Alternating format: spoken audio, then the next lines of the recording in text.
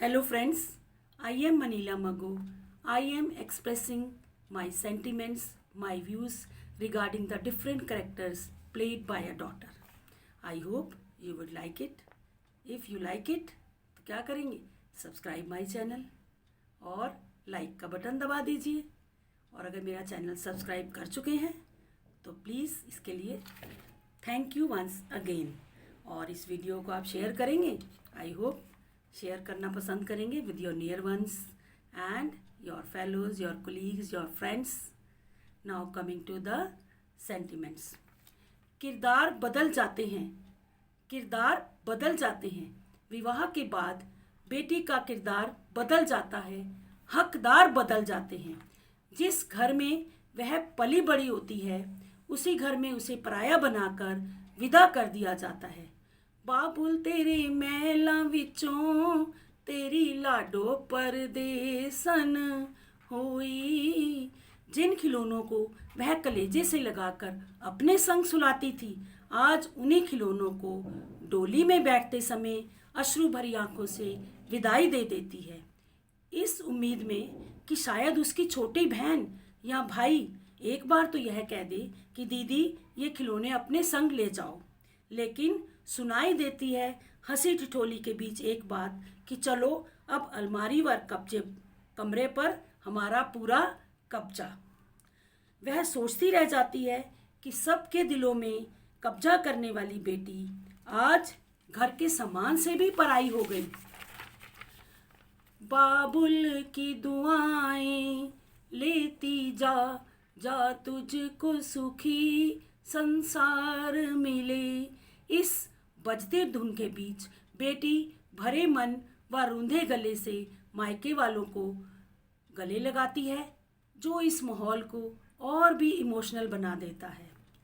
ससुराल में गृह प्रवेश के बाद ननद द्वारा सजाए गए खिलौनों से भरे अपने कमरे को देखकर उसे ननद के रूप में अपनी बचपन की सहेली की याद आ जाती है। खीर बना लोगी? हलवा बनाना आता है? मीठा क्या बनाओगी? रिश्तेदारों के मुंह से ऐसे प्रश्नों की झड़ी सुनकर उसका डरा सहमा हृदय मन ही मन ईश्वर से इन सभी आशाओं पर खरा उतरने की प्रार्थना करने लग जाता है। लेकिन किचन में अपने साथ अपने फेवर में फुल फ्लैश्ड हेल्प के साथ अपनी ननद को खड़ा देखकर उसे उसमें एक ट्रू फ्रेंड की, एक सच्ची सखी की याद आ जाती है। ऊपर से सास का चुपके से उसके कान में ये कहना, मैंने खीर बना दी है, तुम कड़छी चलाने का नाटक कर लेना, एक ही पल में सास बहू के रिश्ते को माँ बेटी में बदल देता है। मायके में सबसे बाद में उठकर मनपसंद नाश्ते की फरमाइश करने वाली बेटी अब सभी परिवार वालों को उनकी मनपसंद का नाश्ता सर्व करके खुद को धन्य महसूस करती है। ससुराल में जाने के बाद बेटियों की ज़िंदगी कितनी बदल जाती है। मायके में छोटी सी बात पर रोने वाली ससुराल में मुस्कुराकर अपना दर्द छिपा लेती हैं। माँ के सामने रोज नए कपड़ों व ज्वेलरी की फरमाइश करने वाली बेटी अब ससुराल में एक एक पैसे का हिसाब रखती है। बाजार में नई ड्रेस देखकर मन मार लेती है। ये बदला किरदार नहीं तो और क्या है। लेकिन सास का प्यार से ये कहना कि ये ड्रेस ले लो, ये मैचिंग ज्वेलरी और नेल पॉलिश भी ले लेना, तुम्हारे पर खूब खिलेगी, उसके मन में सास के प्रति आदर व श्रद्धा के भाव जगा देता है। जिस मायके में वह चहकती रहती थी, उस मायके की याद आने पर मायके जाने की परमिशन का हकदार, मायके जाने की परमिशन का हकदार उसके पति को बना दिया जाता है। यह बदला किरदार नहीं तो क्या है, यह बदला किरदार नहीं तो क्या है।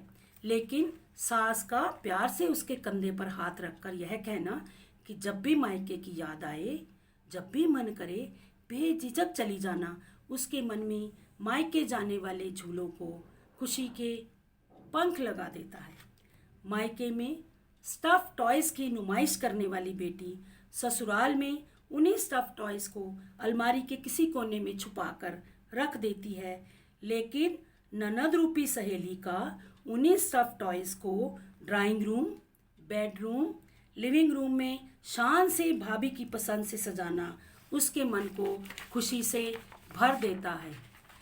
विवाह के बाद बेटी का किरदार पत्नी, बहू, भाभी, चाची, आंटी, ना जाने कितने किरदारों का रूप ले लेता है।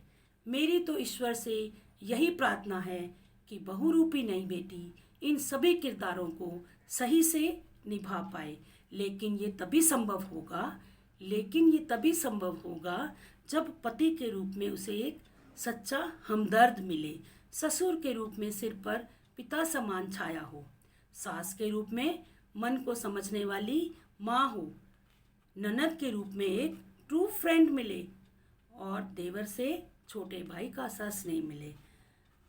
सच्चे प्यार व मार्गदर्शन से यह सब कुछ संभव हो पाएगा।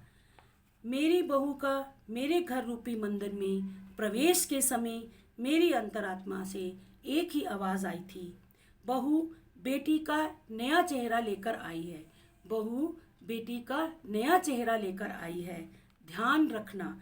और मेरी अंतरात्मा में मेरे स्वर्गीय पति की आत्मा भी समाई हुई है। धन्यवाद।